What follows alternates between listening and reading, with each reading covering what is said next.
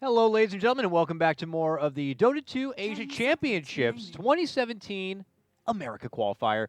We are getting into our second game of our first series today. It's Digital Chaos versus Team Freedom in what would be the lower bracket of Group A. The loser of this series will be eliminated from the DAC America Qualifier. The winner will move on to face Wanted, and then the winner of that moves on to the playoffs. Did I say that correctly? That is correct. Sweet. And you can tell there that Blaze is still joining me in-house for this one. It's a special treat. Game number 1. Bit of a crazy hot mess for the first few minutes. I didn't know what the hell was happening, but it was Dota. It was and NA Dota. It was like the pinnacle of what NA Dota is all about. It's some of the most hilarious, entertaining, awesome stuff to watch. I wish the game was like that from start to finish. But then DC eventually kicked it into cool, calm, collect, compose gear, and just took it to Freedom, and really it was just over. Yeah, I mean, they drafted so try hard, and then, the first laning was just so radical back and forth. Yeah, Spells flying for whatever reason, but yeah, it's just hard to keep up with it at this point. Not the kind of play you'll see at TI, but definitely fun, enjoyable Dota. Yeah, DC may have won the first game, but I will say that Eagle may have won the best avatar sets in-game name award. Georgie from Papers, Please, the best character design in any dystopian organizational game. I love that game. That game is great. I played it a couple of different times on my own personal stream. It's a lot of fun. Very stressful too. Later in the game too. It's pretty nutty. But shout outs to him and his awesome avatar. But look at And this. we're almost there, man. Just a few more years of our visa issues, soon and enough. yeah. Yeah, I will already have the credentials to work that position in real life. Now I like this move early, or maybe I don't know. This is interesting here. So obviously, Freedom don't want to be dealing with another Shadow Demon kind of situation. They ban it out. Then they ban out the Ember, but they still move forward in picking up the early Doom, Mhm. which is interesting because Doom had really come into play when it was all about the Ember and making sure Ember wasn't going to be a possible even option pickup. But they had already banned the Ember. They still want to go for the Doom.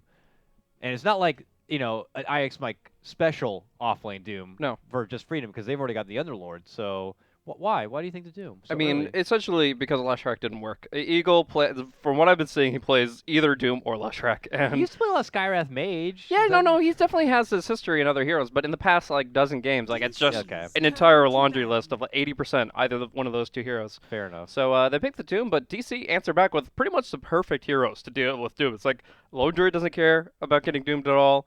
Slardar amp damage early on is going to really restrict this Doom because while a lot of Dooms tend to build armor towards the mid game, Eagle actually goes for like Shadow Blades and Yeah. stuff like that. So Yeah. very different build up, and the Slardar will make it so that he just is so easy to kill off.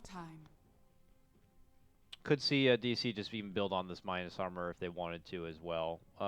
They're not the kind of team to run that 4-position Weaver, but this is a lineup that would certainly be happy to have one if DC wanted to kind of go down that road.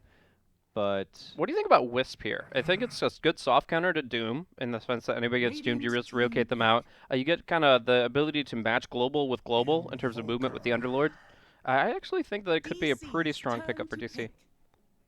yeah, I mean, I wouldn't mind it. They have. Do they run much Wisp though? I mean, don't they think used to. ever- they used It's to. been it's been a decent bit of time, but they used to actually pick it up with relative frequency.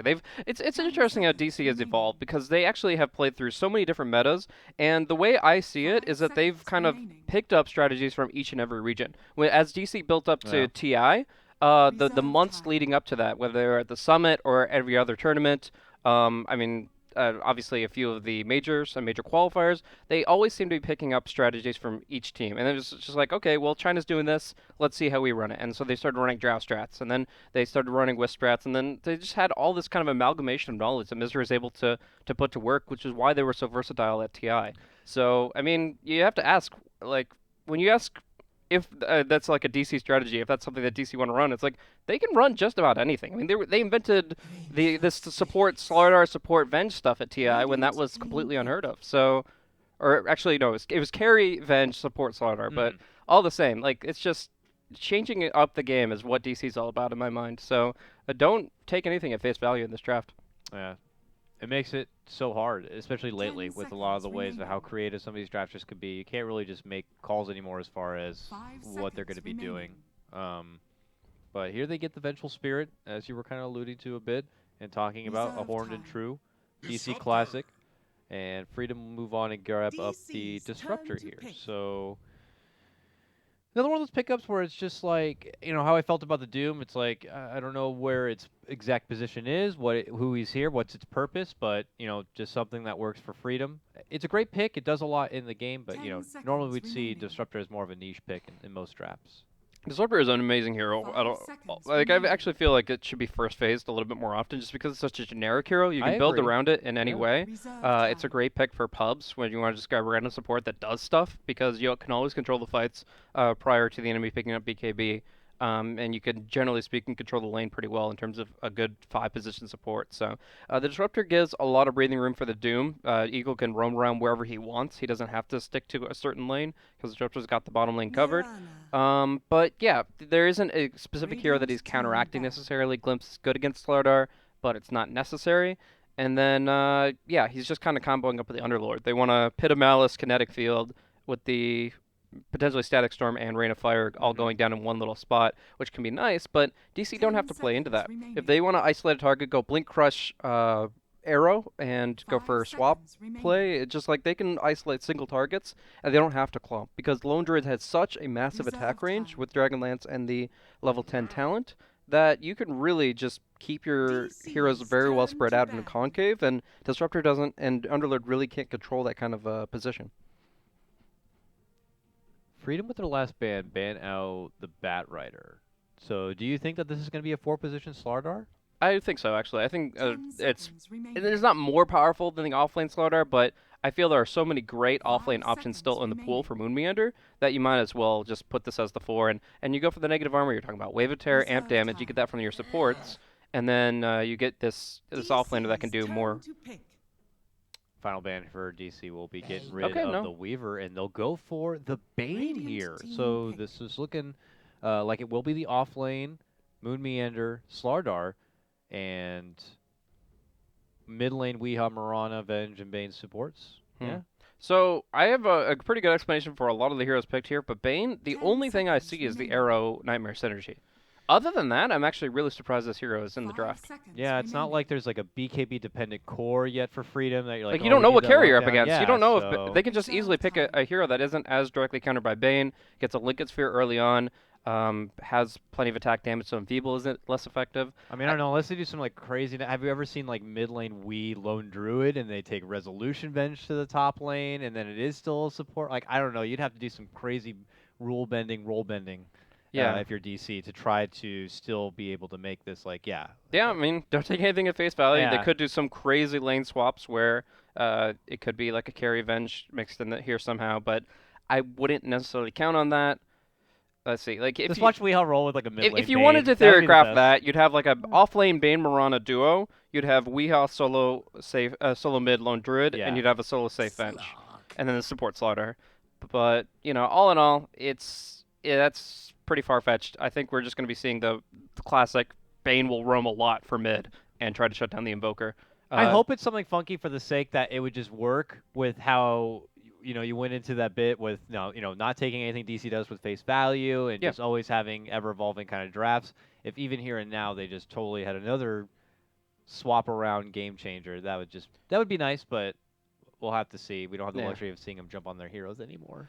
Yeah, at this point I would just assume, use Occam's Razor and assume that it's going to be the most simplest explanation. It's just this Bane is such an interesting pickup, but Misery is going to be running that, and is going to be Soxa on the Venge. So, yeah, I expect a lot of smoke play towards the mid lane for Misery, trying to shut down Timato on the Invoker, a little bit of respect to him that they're going to be planting so much pressure against him, but that doesn't mean he has to have fun with it. In the meantime, immediate TP up top from both Mike and Soxa, but I believe Soxa got this ward up without Mike seeing it. So there was one ping coming out from Eagle. He may have seen a brief sight of Soxa running towards that side shop initially, but I don't think they had an idea of where he may have popped out the other end and dropped down the ward. And plus, Mike went in there, walked back out, still holds his ward. They see that whole thing. So it is kind of an upper hand for DC there. Yeah, and he'll probably just put it in a pretty reserved position here as they group up to cover their bounty. Yeah. The bear just trying to be cheeky about it too, but Yeah, at this point in time, Resolution, he's played a lot of Lone Druid since it came back into the metagame, and he's very comfortable with the play style that this hero brings. We had the discussion before how some NA games involve the Radiance Lone Druid, but this is a great game for the ranged Lone Druid, and it's probably what Resolution prefers. Yeah, if I remember correctly, he's definitely all about the 2017 Lone Druid. He's ahead of the curve, man, this guy. But Okay. they're actually looking for this Yeah, rune snipe. They want to grab They didn't have all any of high ground vision, so they didn't really see this coming until now, and yeah, they're just going to give it up. Wow, that is going to be 3 runes. Oh, Moon even grabs the one on the bottom, just walks in, crushes, takes it right in front of BSJ. 4 Eagle. bounty runes? Okay, that might be. DC! That's the first time I've ever seen that. One team takes 4 bounty runes. 4 bounty runes from one team. That's some Blitz Dota strategies going in. He's got to like coach some of that movement because that was just like pristine. They like I mean, you have to blame a little bit. Freedom were not set up on the high ground here, so they did not see the approach coming in from Freedom, and then obviously not playing around the crush down on the bottom one. That's probably some misplay that they could have circumvented. They could have pressured the Slaughter a little bit harder. They definitely should have grabbed at least one of them. But I don't think I've ever seen that. Yeah. And you're probably never going to see that kind of thing happen often at all. Gold graph, like it's a 400 gold swing off like at the 0-0 mark. That's insane. Oh, BSJ might be in a bit of trouble. He is swarmed between Misery and Moon Meander, pops the salve, eats a tango, does everything he can to get away from trouble, and it's actually going to turn out to be Moon Meander, the one who will go down first blood. Misery, though, not looking to let up one more second for the brain sap. Sucks him, gets it right before the deny could come out. Yep, so just if you're not bringing the Nightmare, you're not bringing control of that situation. If Moon gets a little overzealous and ends up giving away a little bit more than he needed to in that situation, Jubei now going to be hitting boots very early on and going to be able to trade really well against this dual lane. We'll see how much of an impact it's going to make here as BSJ will be able to heal back up, recompose, while Eagle stands back and behind to make sure the wave continues to sit back and below the tower. We quickly touch base. Mike is going into 1-1 against Resolution in his Lone Druid for now, finds himself with 6 CS, the same as Resolution. But Soxa, I guess, has stepped in now and will be able to help out with the creep pools. Not sure if you mentioned it, but Doom ends up picking up the best level 1 creep to devour. It is going to be that Mud Golem, so he can just be hurling boulders at no mana cost whatsoever left and right, and that's going to allow him to be very involved in this lane. Hits Moon with the Infernal Blade. In fact, knocks him with the Jubei boulder. hasn't skilled yet. Oh, he doesn't have mana. If he had mana, actually, it might be a kill on Moon. Instead, Misery looking for a snipe. Or, no, just the Nightmare setup. He doesn't want the core, he wants the Invoker. Okay. It's going to be hard with all these creeps, but he's going back. for it. Oh, but the creeps are all in the way. He'll still try to go for the angle and still gets it. TP is already coming out, though. It's going to be Eagle looking to step in, and there's going to be the Starfall. Good enough to get the job done. Tomato will be dropped, and they may consider going in on Eagle here. It was a fast rotation from Eagle, but good setup sleep. Good leap in from Wee to get that good angle. Yeah, I think he aggroed the creeps just well enough that the static angle would work too, and that'd be a longer stun. But, I mean, the leap guarantees it, and that's you always got to go for the higher percentage play. So, really nice pickup on the Invoker, and of course the Bane just goes up to the Shrine and they heal up anyways. So, in a great position, you're going to see a lot more roaming from Misery. He's got Windlace Boots. All he needs is mana and mobility, and he's just going to keep on staying active. He'll sustain himself with Brain Sap. He's going to hit level 3 here in a moment, and he can just keep on being a menace across every lane. And Mike has stepped away now from this top lane, so this is just a free farm for Resolution, who's already at the top of the CS. That's a problem. Yeah. We'll just let that happen. You know, for Freedom, it's like, yeah, it's fine. We'll hope we have the power to deal with that later. Oh, and they're actually going to go hard onto Slark here. Are they going to be able to block BSJ's pounce out? It looks like he's just going to be able to get enough distance. Misery not wanting to go past the aggro line on the tower. So, with that said, just continue to put pressure on him. You got to wonder where the supports are. We see Jubei, he's doing something bottom, but we see that Eagle, he picks up this Doom, and he's just kind of back and forth, helping jungle a little bit, poking and prodding at a lane, but, you know, hasn't really found anything substantial yet. Jubei here knows that Misery keeps bugging him a bit. Misery has managed to pull a creep away here. Jubei still holds that point. Oh, Rabbit on top. Is he going to be able to get a root? Needs one more hit, and it's not going to happen. So, level 5, you always got to keep an eye on that Lone Druid, as that is a very significant chance for kills. And in fact, Soxa's so comfortable with that situation, he's just going to go bottom, and they're going to try land on Jubei. Yes, they are. They've hit him with the missile. There's the sap. One more right click will do it. Eagle steps in now. They're hoping to get some redemption with the pounce, with the boulder. Misery still holds strong, needs 5 more seconds, could end up sapping here and turning it around. BSJ has to walk away from the hostility. Now Misery moves in, gets that sap off. There's the crush, there's the kill. And diving under the tower, Weehawk only gets 1 hit on the Starstorm though, and that means that it is going to be BSJ able to TP away. But still, 4-man play down bottom, the Sunstrike off the mark, and that is going to be 2 kills, making it 5-1 for DC. Mike also went down the top lane too, so Yeah. Resolution Dude, with a solo kill. That root is just so strong. I mean, people forgot about it because we haven't seen Lone Druid in forever, but that level 5 timing. He didn't even have to resummon his bear to guarantee the root or a second root. He just is able to get him under tower just by that alone. And yeah, 4-man shield and 2-0-2 is not going to be enough for Mike to sustain against that. Oh, they do manage to get Weehaw taken down. A surprise element there from Eagle. But now they put Tomato to sleep. Eagle gets him out, but it's not going to matter. Soxa will be able to get the finish there. And then they step off. Yeah. So, I mean, it does suck losing Weehaw there, but at the same time, continuing to make sure this Invoker is nowhere near Hand of Midas by continuing to get kills against him is the general key. In fact, now he has to go into Wand. He's going to have to delay it even further, and yeah, I expect a lot more pressure to come, especially as Misery starts to approach level 6. He's already rapidly approaching level 5 as he gets some solo experience here on mid. And yeah, this Bane is having a hell of a game. Just a fresh face, fresh ugly face to see in the game again here. Misery is just, running all over the place, showing how he can just really be that early game dominator as a support. It's really a nightmare for Team Freedom. Well played there, sir. Well played. He is now going to attempt to make the full rotation up to BSJ, where Resolution is beginning to run him down and eventually just take total control. Still, Resolution obviously going to be a huge problem here for Freedom. We'll hope to find a way to kind of deal with it later. Eagle, rock on Misery.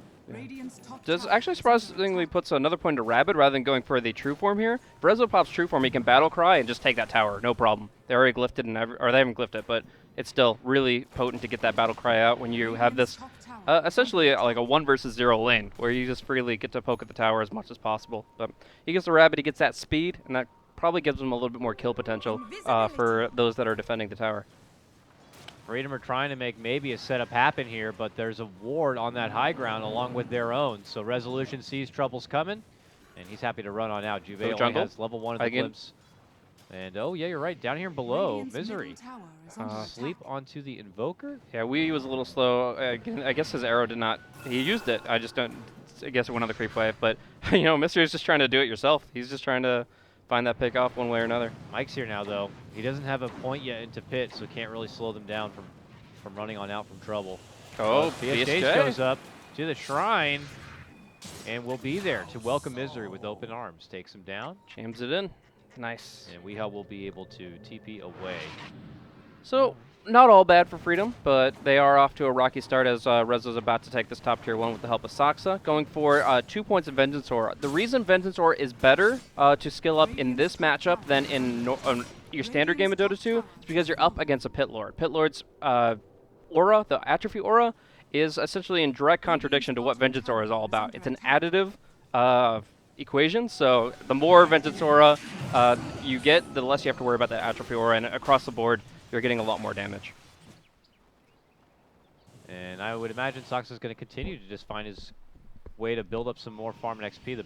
One of the best things going for DC is just how the supports are getting so much, and even here, Misery able to isolate BSJ for quite a while. He's just playing. He's like, okay, I guess I can just live in your jungle now, and they're going to teach him a thing or two about that. Yeah, Eagle is here now, and they're trying to not allow Misery to feel overconfident about just hanging around. I mean, there's a shrine right here. There's 2 things they can TP to. Oh, I shouldn't be pinging that, but all the save, it's like, yeah, at this point, you're getting a little overzealous. There's so much potential for them to just flank you and to close in. So he had some fun, but he does need to tone it down a little bit as they're just starting to chip down every single tower. Took the top.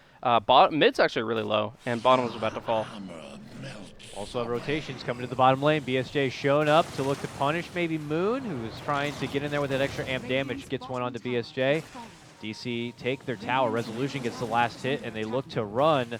This is going to be, one of those prime opportunities that you hope to get Disruptor in, get off the big glimpse pick off, but those opportunities just not showing themselves at all for Team Freedom. DC already onto the next tower. Mid lane going to get dropped. Nice deny from Tomato. Though. Yep, he gets the deny at the last second. And they need these kills, though. They really do. Rotating in, Jubei needs to get the glimpse onto Weehaw here after the leap. But the Sentry Ward, nope, they're just going to go for the Sunstrike play and get the guaranteed kill. They don't have detection. Mike, top lane also will get dropped. Wow, way too far forward. And Rezo and Moonmeander punish him quite significantly. Yeah, they need to get detection up quickly. These underfarm supports just need to get online as soon as possible. Tomonologist is coming up here at the 10-minute mark. That'll get Jubei his Static Storm. And along with that, he's got the Sentry Ward. So this is going to put them back into a fighting stance. But, you know, when your Invoker has all 3 Tier 1 towers gone and doesn't have Midas yet, you know that you're in a bad spot. Now, before Team Freedom can step back, try to get their tome, try to get their levels, try to get some composure, DC have already smoked up and are looking to go on the offensive. Moon is very close to his Blink Dagger. A successful fight here will get him it. Not opting to look to, you know, just take the time to farm it and secure it. DC feel pretty confident, and they are right. They have come across a unfortunate Tomato nearby, Invoker rather. Gonna get put to sleep, gonna get arrowed down. Misery will take the last hit, and now they'll move on to Tier 2s. This is looking much more grim for Freedom than in game number 1. Yeah, I mean, they actually just might straight up take a Tier 2. Jubei has to get in here quick, and just has to get a perfect Static Storm out if they're going to be able to defend this. Arrow. Oh my gosh, the Doom's already stunned. And that's it. Poor Eagle here shows up. Now there will be a counterplay and a nice one from Jubei to get a good Static Storm. Helps to get the takedown of Wii, and DC are going to have to evacuate. No, I actually think that was completely tactical that they baited the arrow there. They obviously, so if you TP on the tower, you spawn at a random location anywhere around the tower. But if you just click a random spot on the ground, that's where you will be. So they knew that the arrow was going to come out. They knew that Doom would get stunned, but they also had Jubei coming in with the Static Storm. So it was similar to the Envy bait that we got to see yesterday in the NP game, where he knew he was in a compromised position, but he had his team behind him and was able to actually get a very key kill out of that. So well played, well prepared from Team Freedom there. Jebaited, if you will. Oh my. And now Freedom looking to get the most out of this small peak of hope as they take their business up to the top lane. They're going to take the Tier 1, and then they're going to take themselves elsewhere. Bye-bye. DC will quickly realize, wait a minute, where'd they go? Well, they got on the back of Mike, and they have... Well, Jubei seems to have missed the bus, man. Oh, wait, he stayed up top. What? Oh, no! Jubei, what happened? Yeah. He was not there with Mike. He's like run alongside the bus. Oh, no, please, please, sir, open the door. I got to get to school. And DC find him, run him over, and all right in the world. Oh, the end of it. So, unfortunate for Freedom, but for the more important cores, they make it out safely. Back to the grind, as it looks like the Hood, what is he building here? Yeah, Veil for Eagle, underway at this point. BSJ, Echo Saber here. So obviously Shadow Blade picking out these supports. Yeah, they ain't gonna happen. Echo Saber, I guess, for it's getting the most out of stealing stats and man fighting. Yeah, it's good man fighting, and it's actually better farming between the two items. So yeah, you can't go in and out of fights as efficiently, but DC supports already have so much farm. They're gonna have sentries in every fight. A gem earlier in this game than Team Freedom. And all in all, yeah, you just want to get back to farming. It's not like a comeback Midas, but it's like something that's still allows you to combat the opposition while also getting back online. Real close there for Tomato. Makes it away. Moon was on the hunt, but unfortunately will not find anybody. DC will continue their path down this bottom lane. Freedom frantic to build up the farm they can in the other 2 lanes. But BSJ finds himself now getting hit from the north as Moonmeander has rotated in towards the shrine. They'll get him. Misery not able to get close enough to get connection for the Fiend's Script in hopes of a finish. BSJ will take his business elsewhere. So it's going to be an Ags rush from the Invoker here, Tomato. Pretty interesting decision-making from him, as it shows a lot of dependence on his spells. If he gets the Ags up, I mean, obviously all the spells are a lot stronger. He has some nice stats to work with. It's a great item, but it means you don't have like a Blink or a Yule's or a Force or anything that allows you to reset your positioning in a tough spot. So, yeah, he's going to be very reliant on being at the right place at the right time and making sure every spell hits. Mike waits at the top, but we have a swap to the bottom. It's a pullback, and it is going to be a quick takedown of the Doom. No Doom to worry about now if you're DC. Jubei bit far forward, and the full Fiend's Grip It's only going to be on Mike. They will glimpse cancel that grip. Mike's low on mana, though. Can't really put out a whole lot to kind of push back. Except for that one extra nuke. He'll have to resupply here. Oh, Moon gets another nice crush here, and Yep. Jubei's out of mana. They don't have an answer for this. Ooh, arrow packed it right at that moment. BSJ's not going to get hit from that one, but Wee's already left on in. Dishes out the Starfall. Huge damage, and Mike is going to get finished. BSJ has a lock on Misery here, but will frantically leap back. Eagle returns from the dead. He doesn't even doom. And promptly Get a goes, kill. Promptly goes back to the dead right after that. Sunstrike, though. Nice heads-up play from Misery. Doesn't take the obvious route back. We'll avoid that. You know you're in a very pessimistic and sad spot when you're afraid to throw out your ultimate just because it's going to get denied anyways. Like, you know that he's going to ulti a 100 HP target, it's going to tick twice, and then somebody's going to A-click that hero, and you're not even going to get the kill. And you're going to He's just like, yeah, well, Sad. I'll save it for later. He hasn't doomed this entire game. Technically, that's the first Fiends group we've seen as well, but it's just, I don't know. It feels like Team Freedom are in a much more desperate position. I mean, even BSJ here, caught out by far. They don't actually have follow-up to this, though, so he's going to be able to leap away, trying to pack off the... Okay, that works, too. Or they kill him. Yeah, He leaps into the slider, you know. Accept it. Just let it happen. Banana God. Dead now, unfortunately, for 20 seconds, while DC will claim yet another Tier 2. Only one more stands for Freedom there in the top lane, and then it's time to take down those shrines. DC making this one look pretty effortless and could quickly earn themselves a right to rematch wanted in the next round if this continues to be a success. And it does look to be that way. I mean, right now, Ike's Mike does pick up the mechanism. That does give them some team fight potential, but I think you're mostly relying on massive static storms to keep coming out from Jubei. Like, you just need so much between the Underlord and the Disruptor, and in order for that to work, you actually have to have DC making mistakes in their positioning. If they just keep spread, they're going to be fine, but if you can get like a 3 or 4 man combo between the Underlord and the Disruptor, that's where comebacks are alive and dreams are real. DC dreaming of that rematch here. Top lane, they move on the back end of a smoke. They'll put Resolution in the lane as, you know, maybe a baited opportunity, but the rest of them obviously going to be missing off the map. Nearby, uh-oh, Tomato! A fresh tomato has been plucked, eaten, squeezed into ketchup as his blood spills on the floor. I'm getting a bit too graphic with it, but he's dead for 30 seconds. On the other side, they're able to get the jump on Moon, it looks like here. They lock him down in place. No Static Storm committed. And now it's going to be Freedom on the chase. Saxa's close, has swap. But we'll be able to walk away, it looks like. Yep. DC taking it a bit safe. Yep, just casually walking out of there, no problem at all. And again, no doom, no real casualty other than Moon. And he's got his bread and butter. He's got his blink. He's rapidly approaching 4 staff. So his death isn't as important as, say, the Invokers. But still, comeback gold is a thing, and no matter how far behind you are, any kill is going to be a good thing for Freedom. Veil up. All right, Veil plus Static Storm is a lot of good damage. People underrate the damage component of Static Storm, but it actually does stack up to a really high DPS at the tail end of the ultimate. I mean, I played Dark Moon. I saw how powerful Static Storm could be. Yeah, if you get an Aghanim's Octarine Core every game, it's solid. I mean, Jubei's certainly going to get that much money soon, and he'll get the Ag's Octarine Core. Easily. Just got to wait for the chicken wave, honestly. The chicken wave. Could you imagine in Dota 2 if there was just a timeout at the 30-minute mark, and then just chickens spawn everywhere, dropping gold like crazy? Icefrog's like, that doesn't sound too bad. Moon looking for an opening, jump in, crush, but finds himself in a bit of trouble here. The counter Static Storm will big come arrow. out. And Misery eats a Sunstrike, still holds on, turns around for the sap. They will glimpse him back in. The Bane will be taken out of this one first. And it could be Freedom with a promising swing of things. On the back end, though, Tomato, look at this. Spots out Saxa, forces him away. He's far from home now. Freedom in the middle. Eagle, gonna get caught. Crush is there. Arrow also. Easy. Set up there. Resolution just easily. They're pinging Roche. They're like, Doom's on cooldown, Doom is dead, and more importantly, the Static Storm is unavailable for 55 seconds. They are going to go in. They do have trouble tanking it right now. Not the most durable of heroes here on the front line. They do have a few Urn of Shadow charges to try to sustain that. And, of course, with the ant damage coming out from the Slardar and the massive farm coming out from Resolution, they make quick work of it anyways.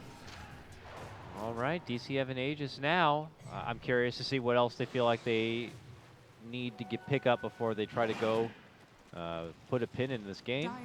Freedom are advancing towards the bottom, trying to at least get some other money, get a tier 1 down, get anything they can to prepare for the ultimate defense that will be coming their way. Just look at the net worth, for God's sakes. Resolution is just totally in a league of his own. Yeah, and then you look at Jube, and he's just like, I'm trying, guys. I really am. But, yeah, that's the life of the 5 position and such a disadvantaged spot One in the more game. level, he'll get that gold talent, you know? 60 gold. Yeah, I mean, this is the kind of game where you want that talent. Like, there are some games where cast range is a lot better by far, but this is not one of them. You need to come back. You need to get anything.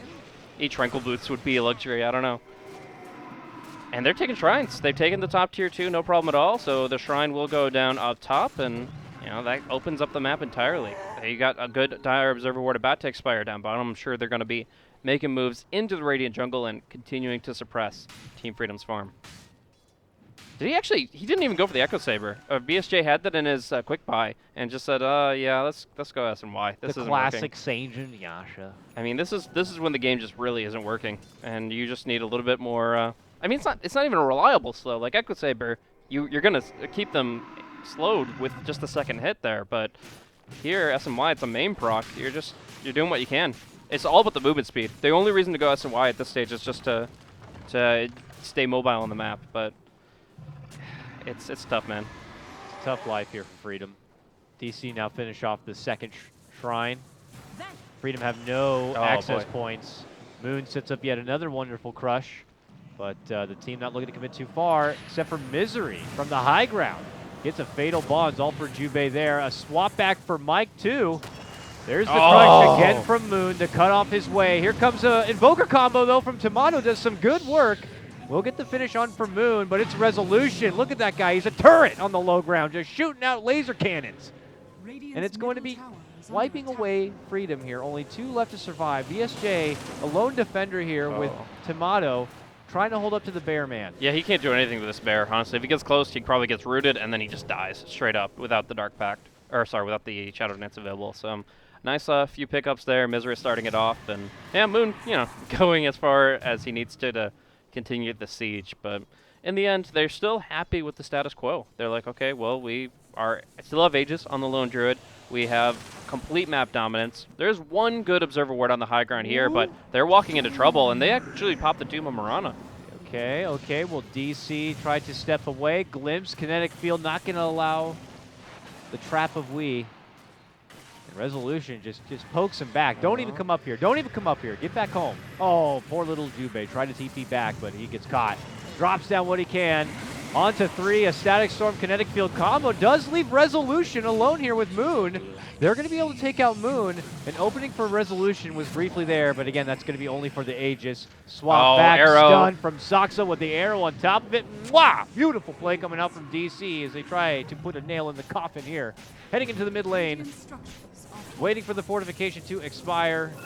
Eagle, Tomato doing what they can. Another arrow. Oh, that would have been such a sick play. They actually helmeted Dominator, the Fort Spirit that was going to catch the arrow to the Dire side. If that had connected, that would have been like the play of the week. Absolutely insane. But they still are able to put a lot of damage into Eagle here. The melee racks will fall, and this EMP isn't very heavy. It's like 2 or 3 Wex, so that is going to be just him going down instead, and we're rapidly approaching GG. They're low. They look tasty. They look like they could be finished, but they keep on fighting. That's a mid lane Rax down. The first one to drop this game. Mike moving in. He's going to get his roared back home. Eagle.